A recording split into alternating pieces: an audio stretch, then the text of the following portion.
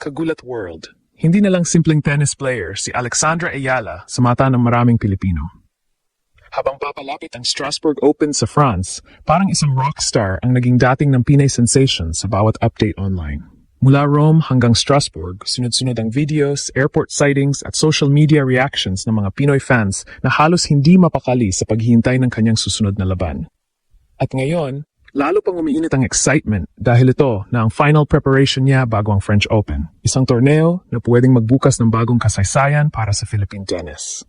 Sa totoo lang, ibang klase ng aura ni Alex ngayon. Hindi na ito yung batang prospect lang mula Pilipinas. Ito na yung player na gumigiba ng rankings, lumalaban sa world-class stars, at nagbibigay ng kaba sa mga top players sa WTA Tour. Kaya kahit simpleng airport arrival lang sa France, pakiramdam ng fans ay may paparating na malaking eksena. Sa social media, libo-libong Pinoy ang nagbabantay sa updates. Habang maraming tennis fans sa Europe ang nagsisimulang kilalanin ang pangalan niyang dati halos hindi pinapansin sa international scene. At habang papasok siya sa Strasbourg qualifiers, bit-bit niya ang momentum mula sa solid performances niya sa Rome at iba pang clay tournaments ngayong season. Hindi man perpekto ang naging huling laban niya kontra kay Elena Rybakina. Maraming analysts ang nagsasabing malaking learning experience iyon para sa 20-year-old Filipina star. Pero ang pinaka-nakakagulat, halos 50k Pinoy fans online ang sunod-sunod na naghahanap ng live streams, schedules at match updates para lang masubaybayan ang unang laban niya sa Strasbourg. Parang basketball na ang energy. Parang national event na ang bawat serve ni Alex. At sa bilis ng pag-angat niya, mukhang hindi na imposible na balang araw. Buong mundo naman ang maghihintay sa bawat pagpasok niya sa court. Ngayon, France na ang susunod na entablado at ramdam ng marami, may malaking mangyayari. Batay sa latest reports, opisyal ng kasama si Alex sa qualifying draw ng Strasbourg Open, isang prestigious WTA 500 event na nagsisilbing final tune-up ng maraming elite players bago ang Roland Garros. Hindi biro ang level ng tournament na ito dahil dito kadalasang sinusukat kung handa na ba talaga ang isang player para sa pressure ng Grand Slam clay season.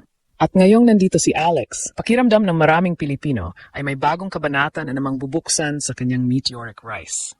Sa social media pa lang, kitang-kita na agad ang epekto ng kanyang pagdating sa France. Mula sa airport clips hanggang training photos, dagsagad ang reactions ng fans. Maraming Pinoy ang nagsasabing parang celebrity arrival na ang dating niya. Hindi na lamang ito tungkol sa tennis. Isa na itong movement. Sa bawat hakbang ni Alex sa Europe, parang kasama niyang bumibiyahe ang buong Pilipinas. At may dahilan kung bakit sobrang taas ng excitement ngayon. Coming into Strasbourg, dala ni Alex ang isa sa pinakamalakas niyang momentum ngayong 2026 season. Nakapasok siya sa round of 32 sa Italian Open matapos makakuha ng impressive wins bago tuluyang matalo kay world number 2 Elena Rybakina. Pero kahit natalo, marami ang nakapansin na hindi na intimidated si Alex laban sa elite competition. Mas agresibo ang rallies niya, mas composed sa pressure moments, at higit sa lahat, ramdam na ramdam ang confidence niya sa clay. Dagdag pa rito, projected ulit siyang umakyat sa rankings matapos ang solid clay campaign niya ngayong taon. Mula Dubai hanggang Indian Wells at Rome, paulit-ulit niyang pinapatunayan na hindi fluke ang pagpasok niya sa global spotlight. Siya na ngayon ang mukha ng modern Philippine tennis at unti-unti na ring nagiging isa sa pinaka-exciting young stars sa women's tour. Pero ang pinaka-nakakabigla sa lahat ay ang energy ng fans. Sa dami ng Pilipinong nakaabang sa kanyang first match sa Strasbourg, parang may laban ang Gilas Pilipinas sa FIBA. Social media pages, sports forums at tennis communities. Lahat nagtatanong kung sino makakalaban niya, anong oras ang laro, at saan pwedeng manood. Ang dating tahimik na tennis fanbase ng Pilipinas, ngayon parang sumasabog na sa excitement. At habang papalapit ang kanyang unang laban, isang tanong ang umiikot ngayon sa isip ng marami. Paano kung ito na talaga ang simula ng first true Filipina Grand Slam contender? Habang umiinit ang usapan tungkol sa pagdating ni Alex sa France, mas lalong lumalakas ang pakiramdam na hindi na ito ordinaryong tennis journey lang.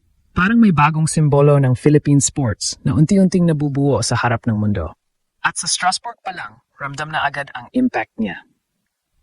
Sa Europe kasi bihira para sa isang Southeast Asian player na magkaroon ng ganitong klaseng attention sa women's tennis. Kadalasan, ang spotlight ay umiikot lang sa mga established stars mula Amerika o Europe. Pero ngayon, iba ang nangyayari kay Alex. Kapag lumalabas ang pangalan niya sa tournament draw, agad itong pinag-uusapan ng tennis communities online. Hindi lang dahil Pilipinas siya, kundi dahil kayanan niya makipagsabayan sa pinakamalalaking pangalan sa WTA. At doon nagsisimulang mabuo ang rockstar arrival narrative. Pagdating niya sa Strasbourg, hindi man literal na dinumog ng libo-libong tao sa airport, pero online pa lang, sumabog na agad ang excitement ng fans. Sa TikTok, Facebook, X at tennis pages, sunod-sunod ang edits, clips at hype posts tungkol sa kanyang final clay court preparation bago ang Roland Garros. Maraming Pinoy ang nagsasabing ngayon lang ulit sila naging ganito ka-invested sa isang non-basketball athlete. At yon ang tunay na nakakagulat. Unti-unti nang nababasag ni Alex ang dating perception na basketball lang ang kayang pagkaisahan ng Pilipinas. Mas lalong lumakas ang hype matapos lumabas ang reports na kasama siya sa Strasbourg qualifying draw laban sa ilang experienced WTA names. Kasama sa listahan ng former Grand Slam champion na si Barbora Krejcikova at iba pang dangerous clay court players. Ibig sabihin, wala talagang easy path para kay Alex.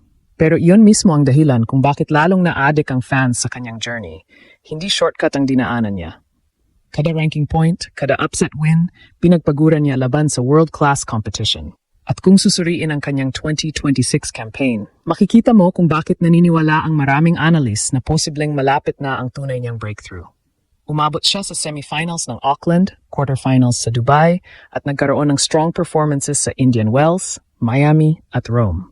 Sa Italian Open pa lang, nakita ng mundo kung gaano kalaki ang in-improve niya sa clay matapos niyang makipagsabayan kay Elena Rybakina sa high-pressure rallies. Pero higit sa statistics, may mas malaking bagay na nangyayari. Nagiging emotionally attached na ang fans sa kanyang laban. Tuwing pumapasok siya sa court, pakiramdam na maraming Pilipino ay may kasamang pambansang pride. Kada winner niya, parang collective celebration online. Kada pagkatalo niya, parang may national heartbreak din. At yun ang klase ng connection na bihirang makuha ng isang athlete, lalo na sa tennis. Kaya habang papalapit ang first match niya sa Strasbourg, parang may paparating na malaking eksena. Dahil kung magtuloy-tuloy ang momentum na ito, baka hindi lang France ang magulat. Baka buong tennis world na talaga. Sa bilis ng pagangat ni Alex, parang hindi na sapat ang salitang promising. Ang dating batang nangangarap lang sa Rafa Nadal Academy, ngayon isa ng tunay na threat sa international stage. At habang nakaabang ang libo-libong Pinoy sa Strasbourg, ramdam na hindi lang simpleng first-round match ang hinihintay ng lahat, kundi posibleng simula ng mas malaking explosion sa kanyang career. France ngayon ang sentro ng ingay. Pero kapag nagpatuloy ang momentum ni Alex, baka Roland Garros na ang susunod na yugto ng kasaysayan. At kapag dumating ang araw na iyon, hindi lang 50K fans ang manonood. Baka buong Pilipinas na mismo ang sumigaw sa bawat panalo niya.